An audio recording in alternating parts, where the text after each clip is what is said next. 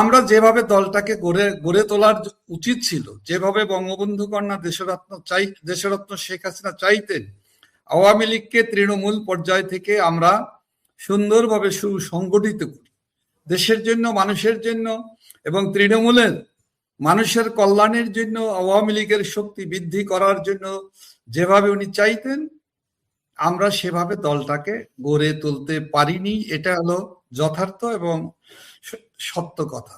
মানুষের এবং তরুণ প্রজন্মের ভাবনা থেকে উনি ধারণা নিয়ে তিনি বাস্তব ভিত্তিতে সিদ্ধান্ত নেন।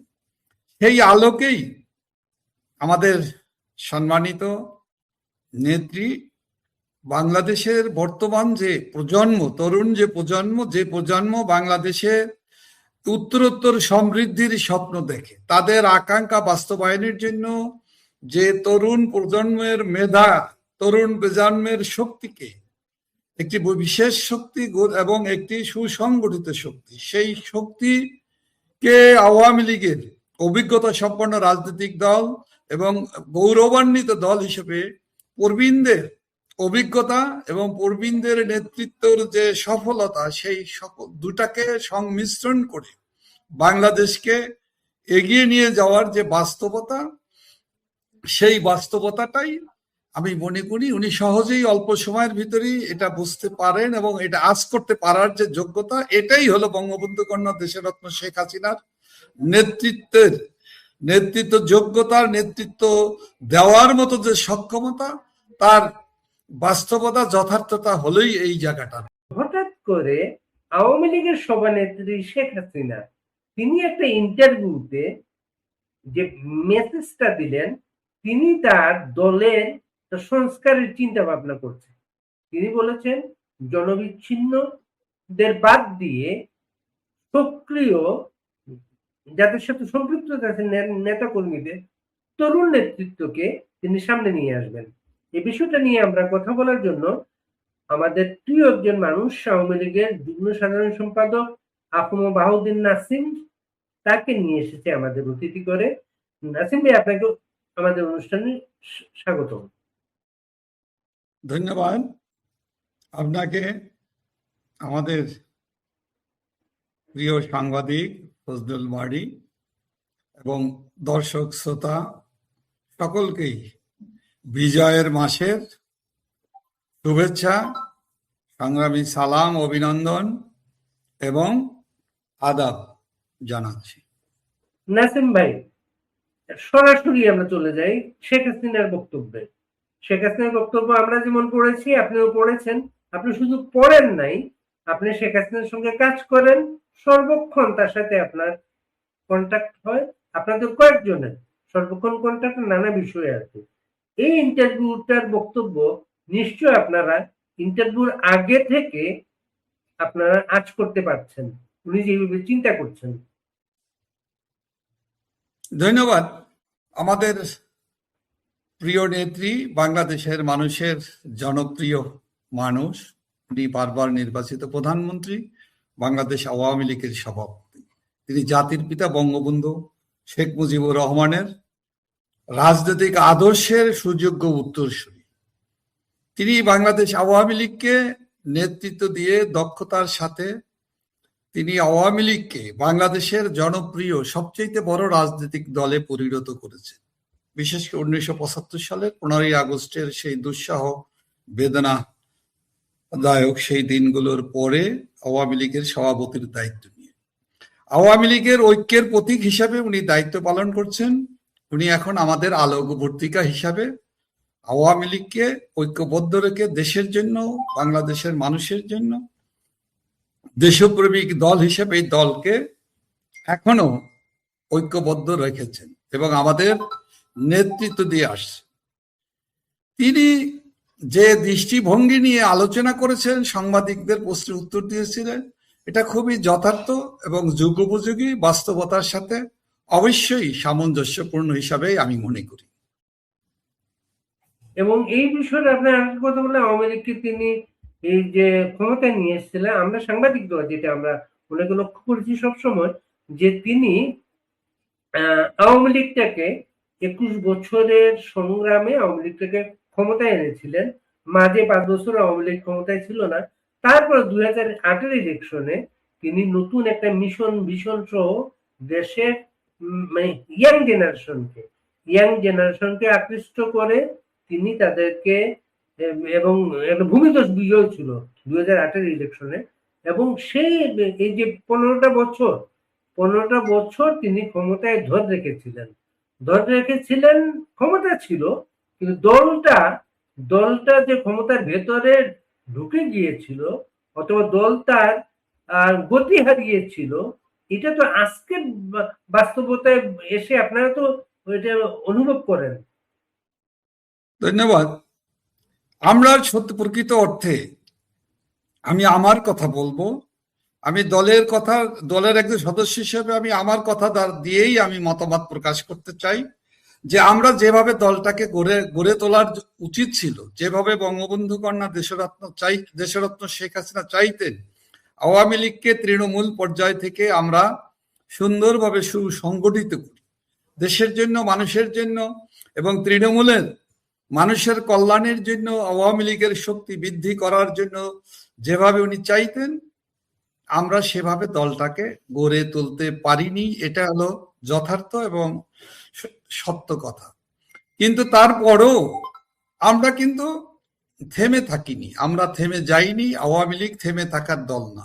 আমরা বঙ্গবন্ধু কন্যা দেশরত্ন শেখ হাসিনার নেতৃত্বে আওয়ামী লীগের তৃণমূলের নেতাকর্মীরা এত ঝুঁকি, এত বিপদ, এত আশঙ্কা, ভয়, ভীতি, হত্যা, ষড়যন্ত্র, জ্বালাও পোড়াও, যে নৃশংসতার ভিতর দিয়েও কিন্তু আওয়ামী লীগের তৃণমূলের নেতাকর্মীরা, তরুণ প্রজন্ম, নবীন প্রজন্ম, যারা আগামীর বাংলাদেশকে নতুন দিগন্তের পথ দেখাবে বলে আমরা মনে করি, তাদেরকে সাথে রেখেই আওয়ামী লীগ বঙ্গবন্ধু কন্যা দেশরত্ন শেখ হাসিনার নেতৃত্বে আগামী দিনে বাংলাদেশের 17.5 কোটি মানুষের এগিয়ে যাওয়ার জন্য যে পথ দেখাবে বলে, নেতৃত্ব দিবে বলে আমি দৃঢ়ভাবে বিশ্বাস করি।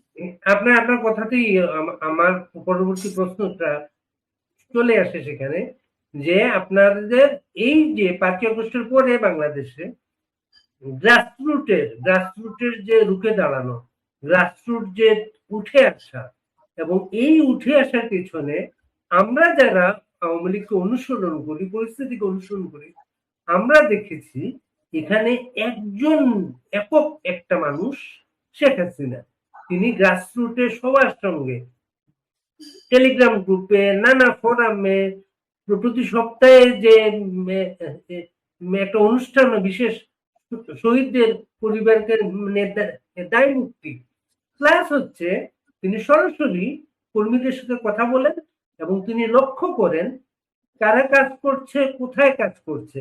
এবং আমি সাংবাদিক হিসেবে শেখ হাসিনাকে আমি যেটা দেখি, উনি একটা গুণ তার হচ্ছে, যখন যাকে কাজ করতে দেখেন তার কিন্তু তিনি তুলে আনেন। কিন্তু ওই যে কাজের এই যে নতুন পরিস্থিতিতে এই কাজের অভিজ্ঞতায় কি তিনি বলেছেন যে তৃণমূলের নতুন মুখকে তিনি তুলে আনবেন? তিনি প্রতিটি মুহূর্ত বাংলাদেশের মানুষের জন্য, বাংলাদেশের মুজিব আদর্শের মানুষের জন্য, সাধারণ দলমত নির্বিশেষে সাধারণ মানুষকে নিয়ে ভাবেন, তাদের মনের কথা বোঝার চেষ্টা করেন, ওনাদের সাথে যোগাযোগ করেন, এবং সেখান থেকে মানুষের এবং তরুণ প্রজন্মের ভাবনা থেকে উনি ধারণা নিয়ে তিনি বাস্তব ভিত্তিতে সিদ্ধান্ত নেন। সেই আলোকেই আমাদের সম্মানিত নেত্রী বাংলাদেশের বর্তমান যে প্রজন্ম, তরুণ যে প্রজন্ম বাংলাদেশের উত্তরোত্তর সমৃদ্ধির স্বপ্ন দেখে, তাদের আকাঙ্ক্ষা বাস্তবায়নের জন্য যে তরুণ প্রজন্মের মেধা, তরুণ প্রজন্মের শক্তিকে একটি বিশেষ শক্তি এবং একটি সুসংগঠিত শক্তি, সেই শক্তিকে আওয়ামী লীগের অভিজ্ঞতা সম্পন্ন রাজনৈতিক দল এবং গৌরবান্বিত দল হিসেবে প্রবীণদের অভিজ্ঞতা এবং প্রবীণদের নেতৃত্বের যে সফলতা, সেই দুটাকে সংমিশ্রণ করে বাংলাদেশকে এগিয়ে নিয়ে যাওয়ার যে বাস্তবতা, সেই বাস্তবতাটাই আমি মনে করি উনি সহজেই অল্প সময়ের ভিতরেই এটা বুঝতে পারেন এবং এটা আজ করতে পারার যে যোগ্যতা, এটাই হলো বঙ্গবন্ধু কন্যা দেশরত্ন শেখ হাসিনার নেতৃত্ব যোগ্যতার, নেতৃত্ব দেওয়ার মতো যে সক্ষমতা, তার বাস্তবতা যথার্থতা হলোই এই জায়গাটার ভিতরে। এবং উনি উনি যোগ্যতাটা, নেতৃত্বে আসার যোগ্যতা চিহ্নিত করেছেন জনসম্পৃক্ততা। জনবিচ্ছিন্নদের উনি বাদ দিবেন, জনসম্পৃক্তদের সামনে নিয়ে আসবেন, এমন একটা আভাস দিয়েছেন। আপনি বাহাউদ্দিন নাসিম, আওয়ামী লীগের যুগ্ম সাধারণ সম্পাদক, আপনি নিজেকে কি মনে করেন? আপনি কি নিজেকে জনবিচ্ছিন্ন না জনসম্পৃক্ত মনে করেন? আপনি নিজেকে? আমি বঙ্গবন্ধুর আদর্শের একজন বিশ্বাসী, নিবেদিত প্রাণ একজন মানুষ, একজন সদস্য, এবং বঙ্গবন্ধুর আদর্শ এবং আদর্শ বাস্তবায়নের জন্য আমি কাজ করে যেতে চাই। দলের জন্য, দলের নেতাকর্মীদের কাছে কি মানুষের কাছে আমি জনবিচ্ছিন্ন কি অথবা জনবিচ্ছিন্ন নয়, এর উত্তর পাওয়া যাবে বাংলাদেশের মানুষের কাছে, আওয়ামী লীগের নেতা কর্মীদের কাছে। তারা এই প্রশ্নের সঠিক জবাব দিতে পারবে বলে আমি মনে করি। আওয়ামী লীগের অনেক নেতা কর্মী, আজকে যখন আমরা ঘোষণা দিলাম, তারা কিন্তু আপনাকে অভিযোগ করেছেন আপনি জনবিচ্ছিন্নদের একজন। মানুষ যদি অভিযোগ করে, আমি সেই অভিযোগ মাথা পেতে, পরম শ্রদ্ধার সাথে মাথা পেতে মেনে নিতে আমি প্রস্তুত আছি। এটা নিয়ে আমার কোনো দুঃখ নেই, এটা নিয়ে আমি কোনো বিতর্ক করতে চাই না। মানুষের জনমতকে, মতামতকে, অভিমতকে আমি সবসময় গুরুত্ব দিতে চাই, আমি গুরুত্ব দিই, কারণ মানুষের নিয়েই। এখানে একজন লিখেছেন আওয়ামী লীগ যে সাংগঠনিকভাবে দুর্বল হয়ে গেছে, এটা কি আপনি স্বীকার করেন এই মুহূর্তে? আওয়ামী লীগ সাংগঠনিকভাবে দুর্বল হয়েছে, এটা একটা আপেক্ষিক কথা। এটাকে আমি অস্বীকার করব না, আবার স্বীকারও করব। তবে এই আপেক্ষিক বিষয়টির পিছনে মূল কারণটা কি? আজকে যে জঙ্গিবাদ, যে সন্ত্রাস, যে মৌলবাদী ধর্মভিত্তিক যে রাজনীতির যে উগ্র আস্ফালনে বাংলাদেশ আজকে বিপন্ন, সেই অশুভ শক্তি, দেশ বিরোধী শক্তি, ৭১-এর পরাজিত পাক বাহিনী, পাক হানাদার বাহিনী, আইএসআই এজেন্টদের দ্বারা আজকে বাংলাদেশ নিষ্পেষিত, নিপীড়িত, নির্যাতিত, ক্ষত বিক্ষত। সেই জায়গায় দাঁড়িয়ে আমি এটা স্বীকার করতে অসুবিধা নেই, আমার আওয়ামী লীগকে আজকে নিষিদ্ধ করা হয়েছে, বা আওয়ামী লীগের সমস্ত রাজনৈতিক কর্মকাণ্ডকে নিষিদ্ধ করে দেওয়া হয়েছে। বাংলাদেশ ছাত্রলীগের মতো গৌরবোজ্জ্বলিত ছাত্র সংগঠন, ইতিহাস, ঐতিহ্য, সফলতা, সার্থকতার সাথে, বাঙালির ইতিহাসের সাথে যে সংগঠন, জাতির পিতা বঙ্গবন্ধু শেখ মুজিবুর রহমান বলেছিলেন ছাত্রলীগের ইতিহাস বাংলাদেশের ইতিহাস, বাঙালির ইতিহাস, সেই সংগঠনকেও নিষিদ্ধ করেছে। সেই তারপর আন্দোলনের মাঠে কিন্তু আমরা সবচেয়ে সক্রিয় সংগঠন দেখিয়েছে ছাত্রলীগ। সবচেয়ে যারা মাঠে আছে তাদের বেশিরভাগ হচ্ছে ছাত্রলীগ। ছাত্রলীগের সভাপতি, সাধারণ সম্পাদককে আমরা সক্রিয় দেখি, কিন্তু সব জায়গায় তারা অনলাইনে, অফলাইনে খুবই সক্রিয় তারা। এরপরে আপনাদের সবচেয়ে গুরুত্বপূর্ণ সংগঠন হচ্ছে আওয়ামী যুবলীগ। আওয়ামী যুবলীগের প্রেসিডেন্ট সেক্রেটারিকে আজ পর্যন্ত আমরা টেলিগ্রাম গ্রুপের বাইরে কোথাও দেখি নাই। কিন্তু এটাকে কিভাবে দেখেন আপনি? এটা তারা কোনো কৌশলগত কারণে হয়তো বা তারা স্ট্র্যাটেজিক্যালি তারা সামনে আসতেছে, কিন্তু তারা সংগঠনের সাথে, কর্মকাণ্ডের সাথে তারা সম্পৃক্ত আছে। সামনে আসলে কর্মীরা আরো উদ্বুদ্ধ হতো, এটা তো ঠিক। এটা যেহেতু তারা একটি আলাদা সহযোগী সংগঠন, মানি হলো তারা তার নিজস্বতার ভিত্তিতেই তারা চলে। কৌশলগত সিদ্ধান্তগুলো, রণকৌশলগুলো তারাই ঠিক করে তাদের সংগঠনের। সুতরাং এ প্রশ্ন আমি উত্তর দিতে এ কারণে চাই না, কারণ আমার কথার ভিতর দিয়ে একটি সহযোগী সংগঠন, আমাদের অনুস্পতিম সংগঠন, যারা সকলেই বঙ্গবন্ধু কন্যা দেশরত্ন শেখ হাসিনার নেতৃত্বে অবিচল আস্থার সাথে বাংলাদেশের মানুষের স্বার্থে, গণতন্ত্রের স্বার্থে, বঙ্গবন্ধু আদর্শের পথে এগিয়ে যাওয়ার জন্য কাজ করে। আমি মনে করি তাদেরকে কাজ করার যে স্পিড আছে সেটা নিয়ে আরো শক্তিশালী আর ব্যাপকভাবে তারা কাজ করুক, এটাই আমি তাদের কাছ থেকে সবসময় প্রত্যাশা করি। আমরা তাহলে আরেকটা প্রশ্ন যাই, আওয়ামী লীগের সাংগঠনিক কাঠামোতে সভানেত্রীর পরে সবচেয়ে গুরুত্বপূর্ণ চরিত্র হচ্ছে সাধারণ সম্পাদক। আওয়ামী লীগের সাধারণ সম্পাদককে ওনাকেও আমরা টেলিগ্রাম গ্রুপে দেখি, আমাদের অনুষ্ঠানগুলোতে আসেন উনি, কিন্তু সারা দেশের নেতা কর্মীদের আন্দোলন সংগঠিত করা, এটা কি কোনো ঘাটতি আপনারা লক্ষ্য করেন এখানে? বাংলাদেশ আওয়ামী লীগের গঠনতান্ত্রিক ভাবে আওয়ামী লীগ সভাপতির পরে বঙ্গবন্ধু কন্যা দেশরত্ন শেখ হাসিনার পদের এই সভাপতির পরে গুরুত্বপূর্ণ হলো প্রেসিডিয়ামের সদস্যবৃন্দ, তারপরে হলো আওয়ামী লীগের সাধারণ সম্পাদক এই দলটিকে পরিচালনা করেন। এই দলের আপনি বলতে পারেন সাচিবিক দায়িত্বগুলো তিনি পালন করেন। সেই বিবেচনায় দ্বিতীয় পর্যায়ের হিসাবে কিন্তু আপনি বলাটা সমুচিত হলো না বলে আমার মনে হয়। তবে তিনি একজন গুরুত্বপূর্ণ, আওয়ামী লীগের সাধারণ সম্পাদক পদটি একটি গুরুত্বপূর্ণ পদ বা দায়িত্বশীল পদ, এটা সত্য। প্রেসিডিয়ামের বাংলাদেশে অনেকেই কিন্তু গ্রেপ্তার অবস্থায় কারাগারে আছেন, অনেকে মারা গেছেন, কিন্তু প্রেসিডিয়াম সদস্যদের মধ্যে একমাত্র জাহাঙ্গীর কবির নানক ছাড়া আমরা কিন্তু সক্রিয় কাউকে দেখছি না। এটা কি আপনি লক্ষ্য করেন?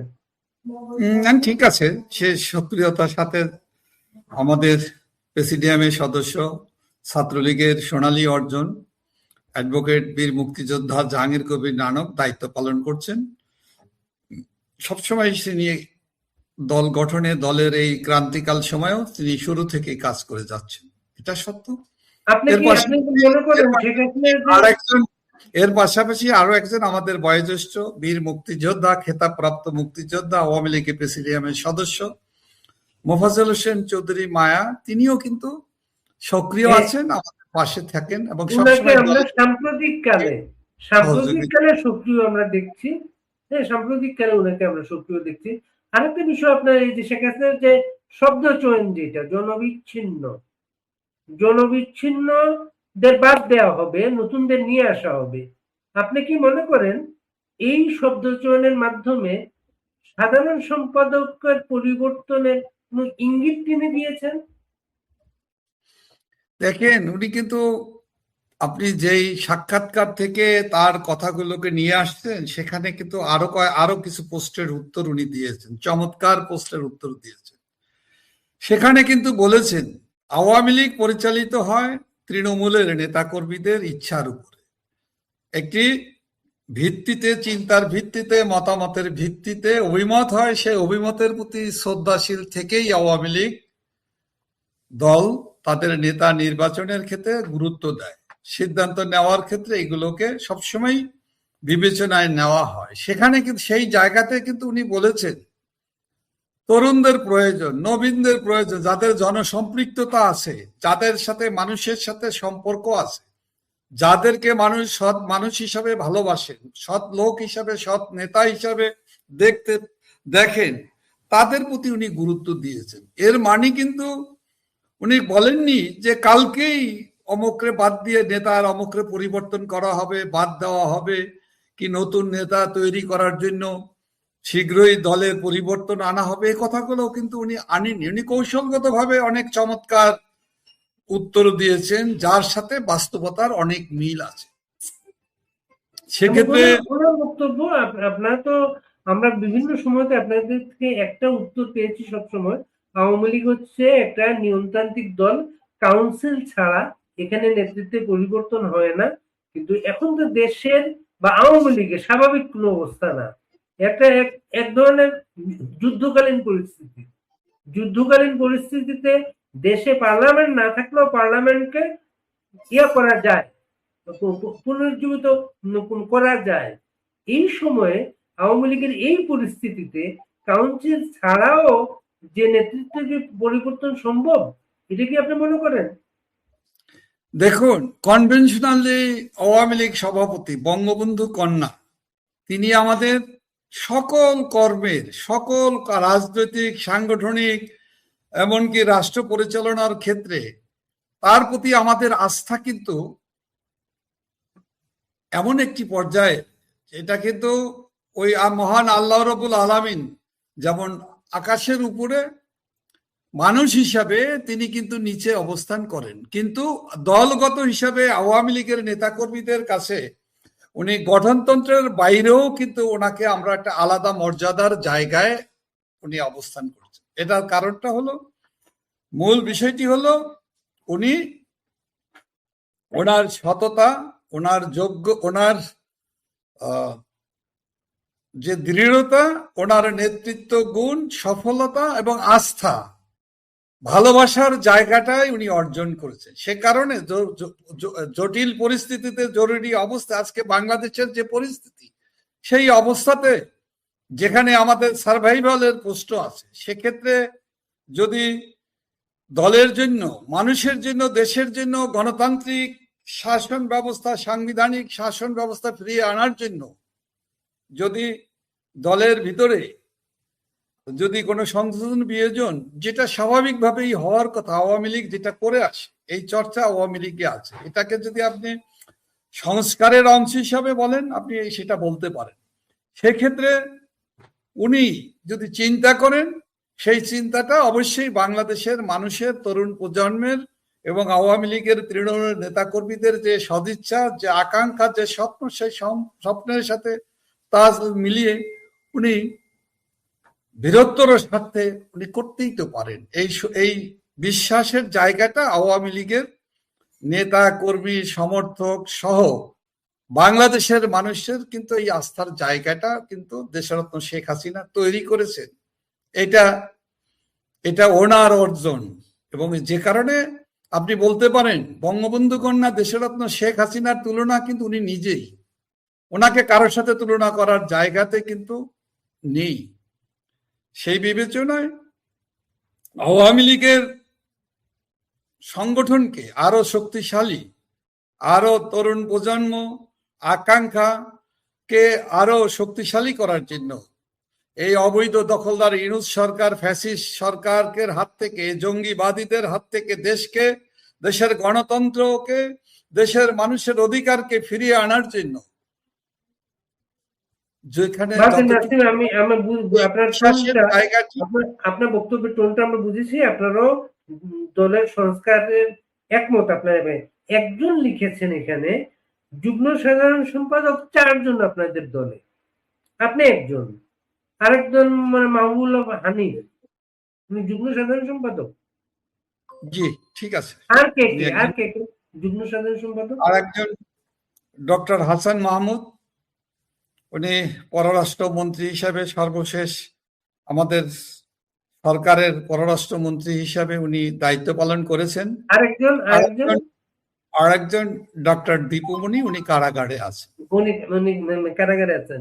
তা আমরা 4 জন যুগ্ম সাধারণ সম্পাদকের মধ্যে একজন কারাগারে এবং আরো 2 জনের নাম আমরা পেয়েছি, কিন্তু আমরা সক্রিয় দেখি শুধু আপনাকে, অন্য 2 জনকে সক্রিয় দেখি না কেন আমরা? এটা আপনারা দেখেন, আপনার ব্যাপার, কিন্তু এর জবাব, এর জন্য কেন দেখেন না, এটা যে সত্য কিনা, অথবা দেখেন অথবা আপনি দেখেন না, তারা কাজ করতেছে আপনি দেখতে পাচ্ছেন না হয়তো বা, এই সকল বিষয়ের উত্তরটা তো ওনারা দিলেই সবচেয়ে ভালো। এই আপনার শোভনীয় হবে না।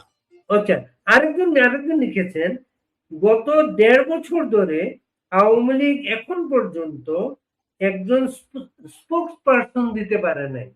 একজন কথা বলবেন আওয়ামী লীগের সব কথা বলা, সবার কথা আমরা পাই, সবসময় পাই, আওয়ামী লীগের সমস্ত কিছুতে একজন কথা স্পোক্সম্যান দেশে বা বিদেশে, সেটা কিন্তু আমরা পাইনি। কিন্তু শোনেন, যে পরিস্থিতির ভিতর দিয়ে গত 16-15 মাস পার হচ্ছে, এই পরিস্থিতির পরও, এত প্রতিকূলতার পরও আওয়ামী লীগকে নিঃশেষ করে দেওয়া হয়েছে। আওয়ামী লীগ নাই, আওয়ামী লীগ আর থাকবে না। আওয়ামী লীগ এই সম্পর্কে পরিস্থিতিতে আপনারা তো কত কয়েকজন ধরনের মিথ্যাচার হয়েছে, তারপরও আওয়ামী লীগ আছে। আছে আওয়ামী এবং লীগের এই পরিস্থিতিতে নেতাকর্মীরা আপনারা আছে। কথা বলছেন কিন্তু এবং আওয়ামী লীগের সভাপতি বঙ্গবন্ধু কন্যা উনি প্রতিনিয়ত কথা বলেন, উনি কথা প্রতিনিয়ত। বলছেন, উনি উনি দলের সভাপতি দলের, স্পোকসম্যান, উনি তো দলের মধ্যমণি। স্পোকসম্যান। উনি উনি যে কথা বলেন, এটা দলের কথা বলেন না, দেশের কথা বলেন না, মানুষের কথা বলেন না। উনি বলেন, আওয়ামী লীগের আরো অনেকেই কথা বলেন। আওয়ামী সব লীগের কথা প্রেসিডিয়ামের সদস্য সব কথা আহ, শেখ হাসিনা কেন তাজুল বলবেন? কবির নানক কথা বলেন না। আওয়ামী বলেন। লীগের আওয়ামী লীগের যুগ্ম সাধারণ সম্পাদক কথা বলেন না, এরকম না, কথা বলে। সেই শুরু থেকেই কথা বলা শুরু করেছে। সকলে কথা বলতে পারে না, আবার বাস্তবতার ভিত্তিতে কৌশলগত কারণেও তো অনেকে কথা নাও বলতে পারে। আওয়ামী লীগের সাংগঠনিক সম্পাদকরা কথা বলছে না, বলছে। সবাইকে কথা বলতে বলা শুরু করলে তখন তো আবার সেটা আবার না, একজন অতটা একজন সুন্দর যদি হবে না। একজন কিন্তু যদি একজন না, দলের একটা পক্ষে দলের পক্ষ থেকে 5 জনে কথা নানা বলতে পারে বিষয়ে না। নানা না, বিষয়ে একজন যদি স্পোকসম্যানের মতো কথাবার্তা বলতেন, একটা ভাষ্য পেতাম আমরা। এটা খুব না, গুরুত্বপূর্ণ কথার কিন্তু এই ভিতরে জিনিস। আমাদের কথার সাথে আমাদের নেতৃবৃন্দরা যারাই কথা বলে, কারো কথার সাথে কারো কথার কোনো বিরোধ আছে? বলুন তো, কোথাও কি কোনো বিরোধ, অথবা একজনে একটা বললো আর একজনে আর একটা বললো, যাতে সংঘাত সৃষ্টি হয়েছে, যে কারণে সাংবাদিকরা সংবাদ সংগ্রহ করতে তারা পারতেছে না, অথবা আওয়ামী লীগের নেতা কর্মীরা বুঝতে পারতেছে না যে তাদের কষ্ট হচ্ছে, দল কি চায় তারা বোঝে না, এই ধরনের কোনো না, পরিবেশ আমরা কিন্তু ইয়েতে এখনো। দেখতাম, আপনার ক্ষমতায় হ্যাঁ, থাকতে দেখতাম, ক্ষমতায় থাকতে দেখতাম আপনাদের সাধারণ সম্পাদক প্রতিদিন একটা দিতেন, একটা ব্রিফিং করতেন বা একটা বক্তৃতা দিতেন একটা। হ্যাঁ, আমরা মনে করতাম উনি স্পোকসম্যান দলের। এখন কিন্তু ওইরকম কাউকে আমরা দেখি না কিন্তু।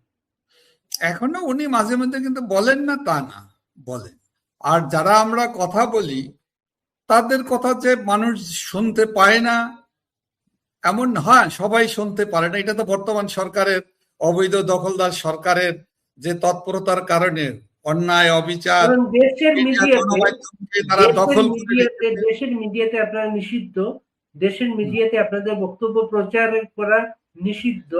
বাইরে থেকে আপনারা কথাবার্তা বলছেন, হ্যাঁ, বাইরে থেকে কথাবার্তা বলছেন, কিন্তু আহ, সারা পৃথিবীতে সারা পৃথিবীতে সবগুলা রাজনৈতিক দলে একজন স্পোকসম্যান থাকে কিন্তু উনি হ্যাঁ, কিন্তু সারা পৃথিবীতে থাকে। দলের পক্ষ থেকে দৃষ্টিভঙ্গি নিয়ে কথা বলে একাধিক ব্যক্তি বলে। এ ধরনের হাজার হাজার অনেক হাজার হাজার অনেক উদাহরণ আছে। আমাদের নিকট প্রতিবেশী দেশ বন্ধু রাষ্ট্র ভারতেই কিন্তু কংগ্রেসে দেখবেন 4 জন স্পোকসম্যান কিন্তু কথা বলে। আপনি দেখবেন সর্বভারতীয় দল বিজেপি থেকেও কিন্তু একাধিক স্পোকসম্যান কথা বলে। সরকার থেকে একজন কথা বলে, সরকারের রাজনৈতিক নেতৃত্ব থেকে আর একজন কথা বলে, ব্যুরোক্রেসি থেকে একজন কথা বলে, এবং পররাষ্ট্র মন্ত্রণালয় বিষয় নিয়ে পররাষ্ট্র মন্ত্রণালয় থেকে কথা বলে, আভ্যন্তরীণ নিরাপত্তা নিয়ে আপনার এই একজন। উত্তরেই কিন্তু সুতরাং স্পোকসম্যানের গুরুত্বটা মানে একজন, কিন্তু আপনি বলছেন কিন্তু। আমি গুরুত্ব আছে, অবশ্যই গুরুত্ব, আমি সেই গুরুত্ব দিয়েই দেখি। আচ্ছা তবে বাবু, আমরা অন্য একটা প্রসঙ্গে যাই।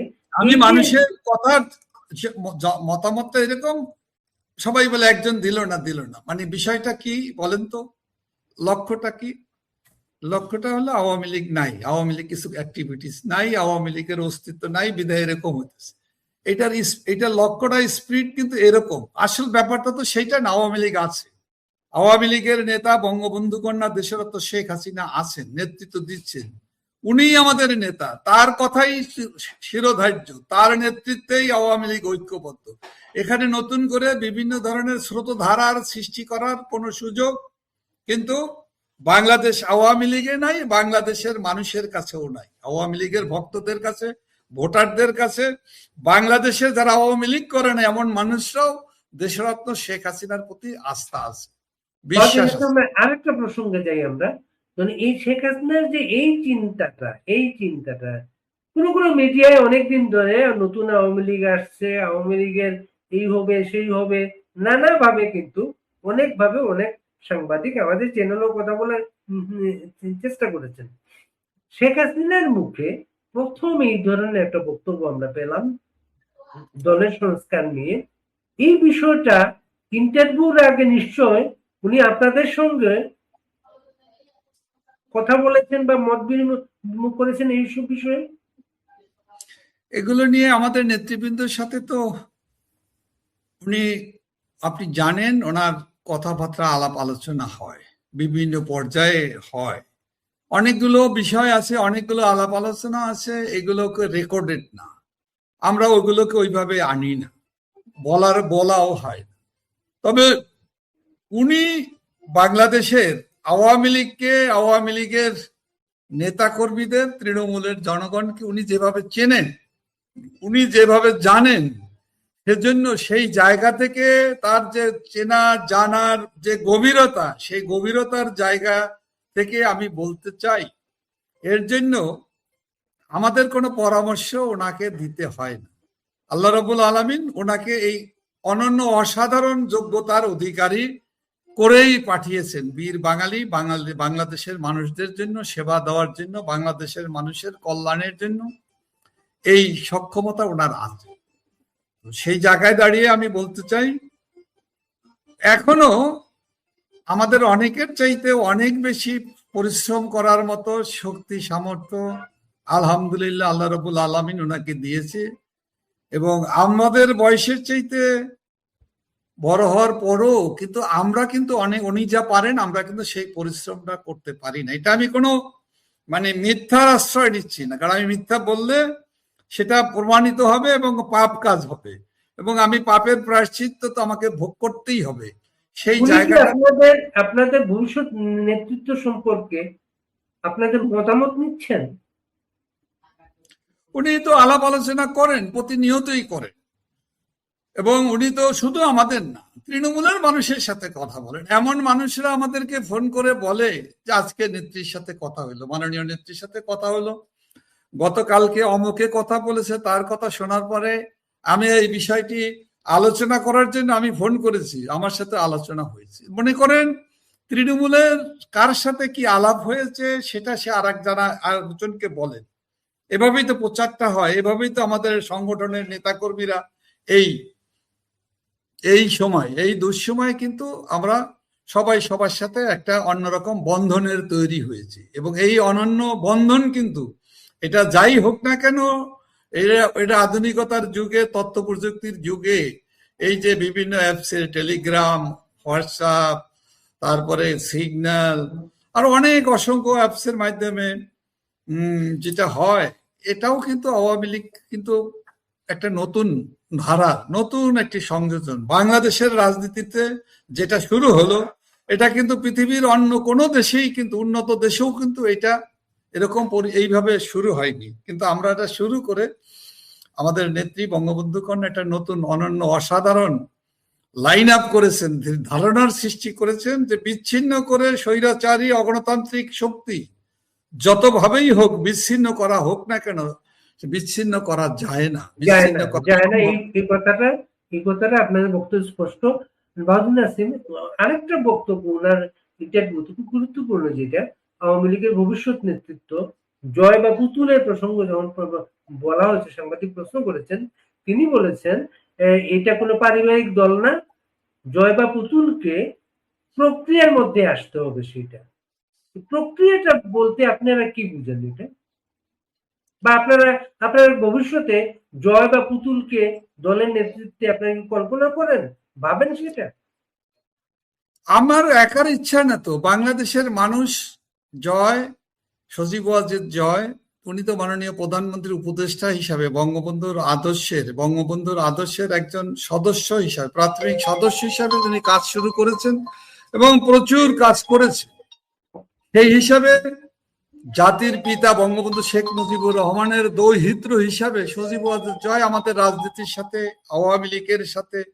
আওয়ামী লীগের নেতাকর্মীদের সাথে তার সম্পর্কটা কত নিবিড়। একইভাবে সাইমা ওয়াজেদ পুতুল বঙ্গবন্ধু দৌহিত্রী, বঙ্গবন্ধু কন্যা দেশরত্ন শেখ হাসিনার কন্যা হিসেবে তিনি যে সামাজিক আন্দোলন অনন্য অসাধারণ যে কর্মকাণ্ডের ভিতর দিয়ে আন্তর্জাতিকভাবে স্বীকৃত হয়েছেন, অটিজমের উপরে তার যে প্রচেষ্টা, যেটা বাংলাদেশের মানুষের যেটা ধারণাই ছিল না, সেই ধারণাকে সমৃদ্ধ করে যে মানবিক দৃষ্টিভঙ্গি, যেটা রাজনৈতিক দৃষ্টিভঙ্গির একটি অন্যতম অংশ হিসাবে সে প্রতিষ্ঠা করেছেন এবং বিশ্ব সভায় আমাদের বাংলাদেশের মানুষের, বঙ্গবন্ধুর আদর্শের মানুষদেরকেও গর্বের জায়গাটা তিনি পৌঁছে দিয়েছেন। সেই জায়গায় দাঁড়িয়ে তাদের রাজনীতি করার, তারা রাজনীতিতে বঙ্গবন্ধুর আদর্শের রাজনীতিতে, বঙ্গবন্ধুর আদর্শ বাস্তবায়নে তারা এগিয়ে আসলে আমি তো মনে করি বাংলাদেশের মানুষ বঙ্গবন্ধুর প্রতি যাদের ভালোবাসা, আদর্শের প্রতি যাদের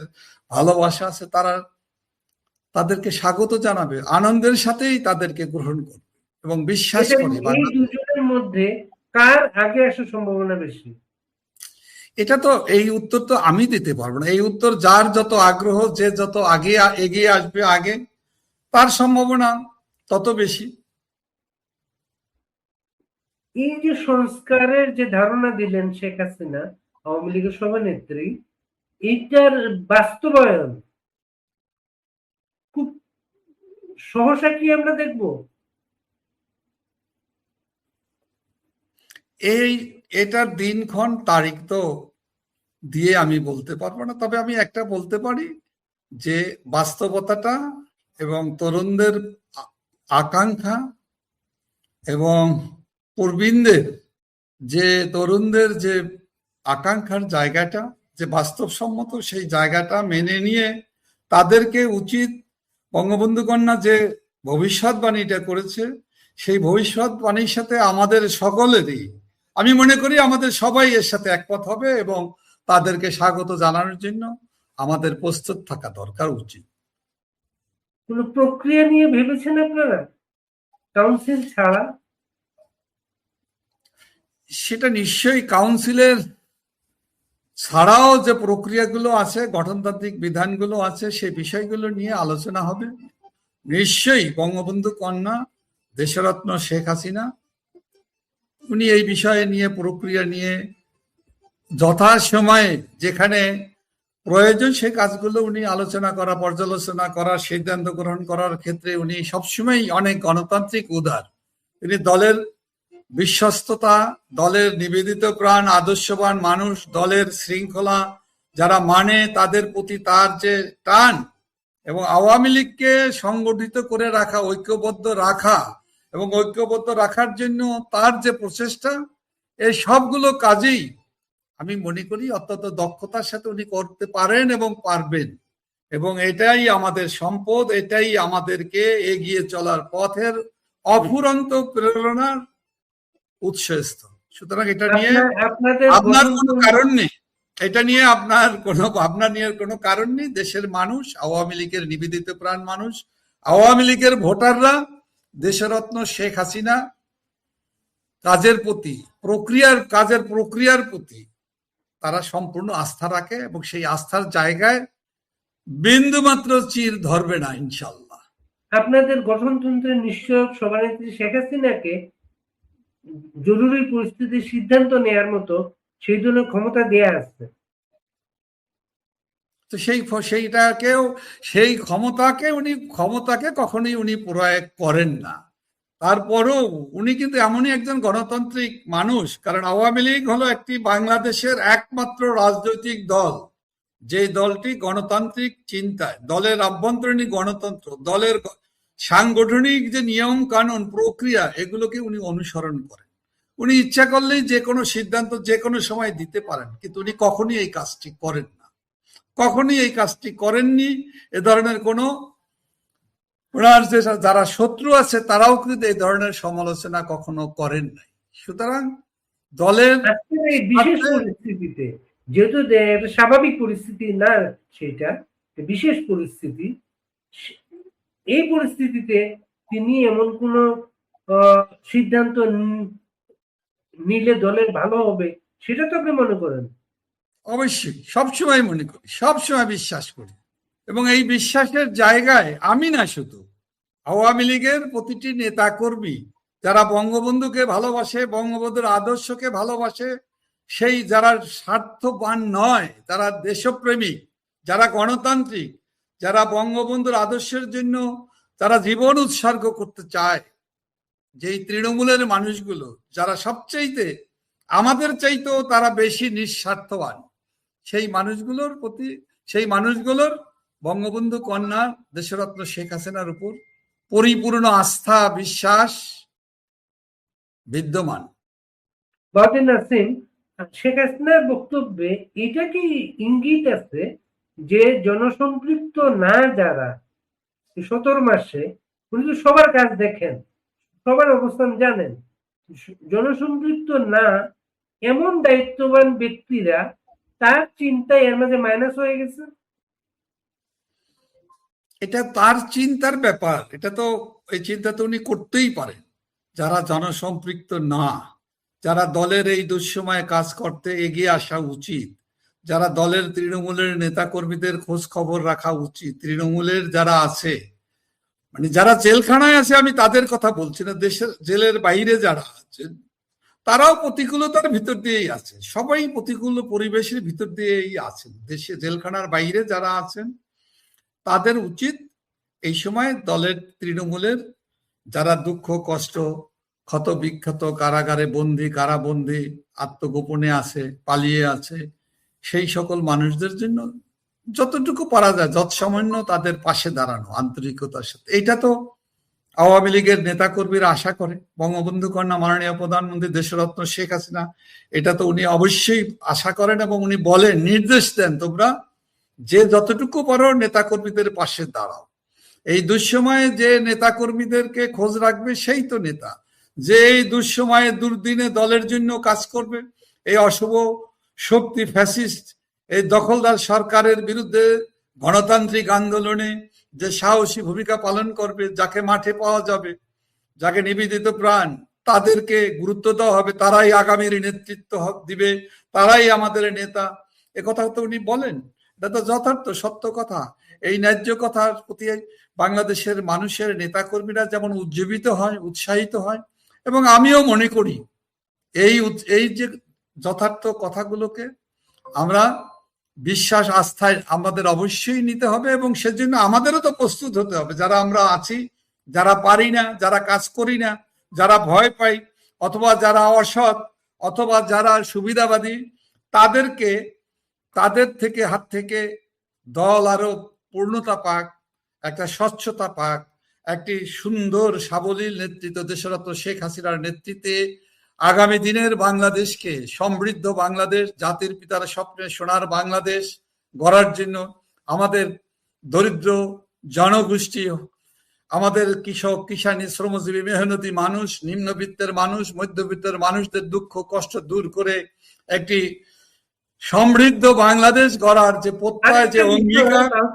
আপনাকে জানতে চাই, যারা এখন গ্রেপ্তার অবস্থায় কারাগারে আছেন, তাদের কারো কারো বডি ল্যাঙ্গুয়েজে আমরা একটা পরিবর্তন দেখি।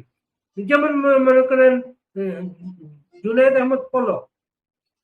আহমদ পলককে আমরা এক সময় দেখতাম ভেঙে পড়েছেন, কান্না করছেন, এমন দেখতাম। সে তার মাঝে পরিবর্তন আমরা দেখি। তিনি কিন্তু এখন স্লোগান দেন, তিনি কিন্তু গান গান। এরা কি কোন বিশেষ বার্তা পেয়েছেন, নতুন উজ্জীবন তাদের মধ্যে?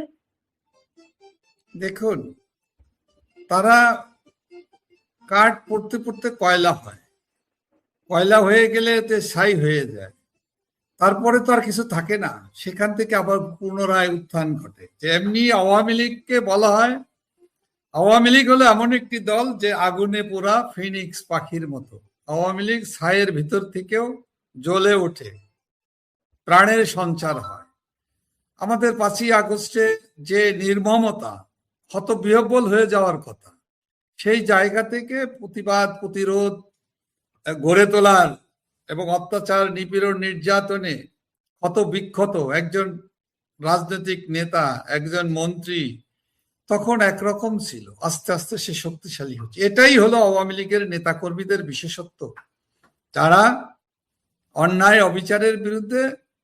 তারা শক্তি সঞ্চয় করে, সাহস সঞ্চয় করে, তারা ঘুরে দাঁড়ায়, রুখে দাঁড়ায়, প্রতিবাদ করে, প্রতিরোধ করে এবং অন্যায় অবিচারের বিরুদ্ধে, জুলুমের বিরুদ্ধে লড়াই করার মতো শক্তি, সামর্থ্য বঙ্গবন্ধুর আদর্শের সৈনিকদের আছে, কর্মীদের আছে, নেতাদের আছে, জনপ্রতিনিধিদের আছে এবং মন্ত্রী বলেন, জাতীয় নেতা বলেন, তৃণমূলের নেতা কর্মীরা সকলের কিন্তু এটা একটা অনন্য অসাধারণ শক্তি, প্রাণ শক্তি।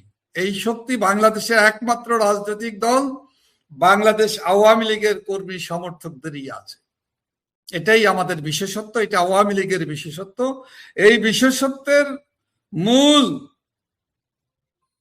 আধার হলো জাতির পিতা বঙ্গবন্ধু শেখ মুজিবুর রহমান।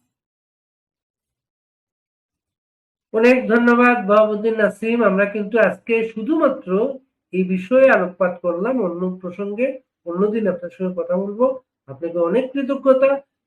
আপনাকে অনেক প্রশ্ন করেছি, টু দ্য পয়েন্ট আপনি জবাব দিয়েছেন। আপনি ভালো থাকবেন। ধন্যবাদ আপনাকে এবং দর্শক শ্রোতাদের ধন্যবাদ, কৃতজ্ঞতা। কিন্তু বর্তমান অবৈধ দখলদার ইউনূস সরকারের এই অপকর্মের, অবৈধ কর্মকাণ্ডের বিরুদ্ধে, বিপক্ষে কোনো কথা বলার আমি সুযোগ পেলাম না। এর জন্য আমি আন্তরিকভাবে দুঃখিত। আপনাকে